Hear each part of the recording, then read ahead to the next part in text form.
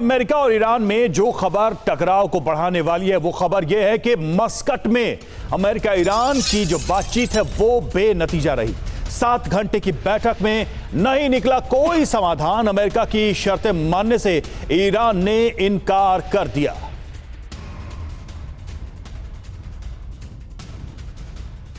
तो देखिए, लग रहा था कि कोई रास्ता निकलेगा, लेकिन डेडलॉक बना हुआ है और टकराव की आशंकाएं बढ़ती नजर आ रही हैं।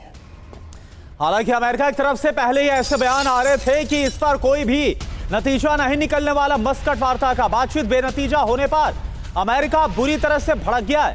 ईरान को आर्थिक रूप से अलग थलग करने की तैयारियां हैं। ईरान पर लगाया गया है 25% का अतिरिक्त टैरिफ।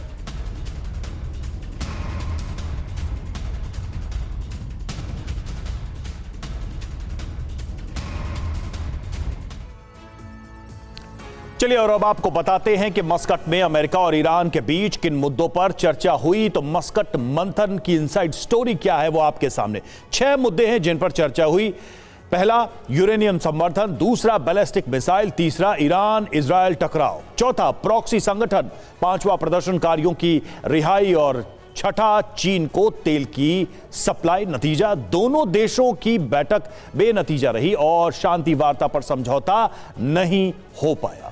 अब देखिए, बैठक में कौन कौन शामिल था यह आपके लिए जानना जरूरी। बैठक में जो शामिल थे वो इस वक्त आपको दिखा रहे हैं। अमेरिका की तरफ से विशेष दूत स्टीव विटकॉफ थे और ईरान की तरफ से ईरान के विदेश मंत्री अब्बास अरागची इस बैठक में थे। इसके अलावा अमेरिका की तरफ से जैरेड कुशनर और वहीं ईरान की तरफ से माजिद तख्त रावाची इस बैठक में थे और अमेरिका की तरफ से एडमिरल ब्रैड कूपर तो ईरान की तरफ से हामिद घनबारी इस डेलीगेशन का हिस्सा थे। अब खास बात क्या है, अमेरिका ने वार्ता के तुरंत बाद नए प्रतिबंध लगाए हैं। शुक्रवार को ईरान पर दबाव बनाने की ये जो रणनीति है वो सामने आ रही है। बिल्कुल। और देखिए, बैठक ये बातचीत बेनतीजा क्यों रही, कुछ अहम कारण आपके सामने। देखिए, अमेरिका की शर्तें थी कि यूरेनियम संवर्धन ईरान बंद करे। ईरान का जवाब, शर्त मंजूर नहीं। यानी यूरेनियम पर डेडलॉक जस का तस है, वही स्थिति है। दूसरा, बैलिस्टिक मिसाइल कार्यक्रम ईरान रोके, लेकिन ईरान का जवाब, सुरक्षा के लिए यह कार्यक्रम जरूरी है। ईरान ने अमेरिका को यह उत्तर दिया है 2 टूक।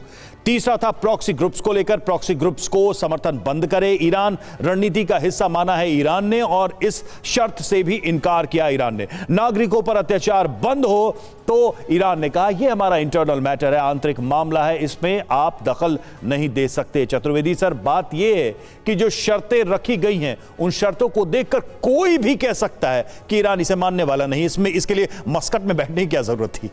बिल्कुल सही कहा आपने रवि, वे बिल्कुल तीनों चीज़ें थी वो ईरान नहीं मानेगा।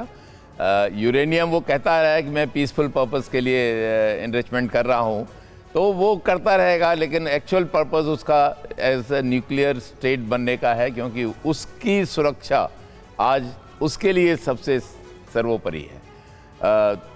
हौती हमास और हिजबुल्लाह को समर्थन, वो इस पार्ट ऑफ द उसकी रणनीति है और उसी से वो आज अपने आप को रेलेवेंट बनाया हुआ है विश्व में।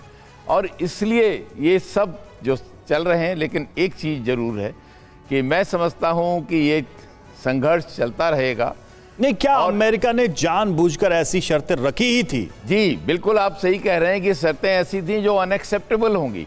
उसमें कोई बीच का मिडिल पाथ कहीं पे भी नहीं नज़र आ रहा था। ये एक तरफा शर्तें थीं जो कोई भी नहीं मानता। कोई भी अपने राष्ट्र हित में जब बात करेंगे तो वो कभी नहीं मानेंगे, एटलीस्ट दिखाने के लिए, विश्व को दिखाने के लिए। सर, और जो हाल है वो आयतुल्लाह अली खामनी नहीं चाहेंगे कि अमेरिका ने जिस तरह से गद्दाफी का हाल किया था, कुछ वैसा ही इतिहास उनके साथ भी दोहराया जाए।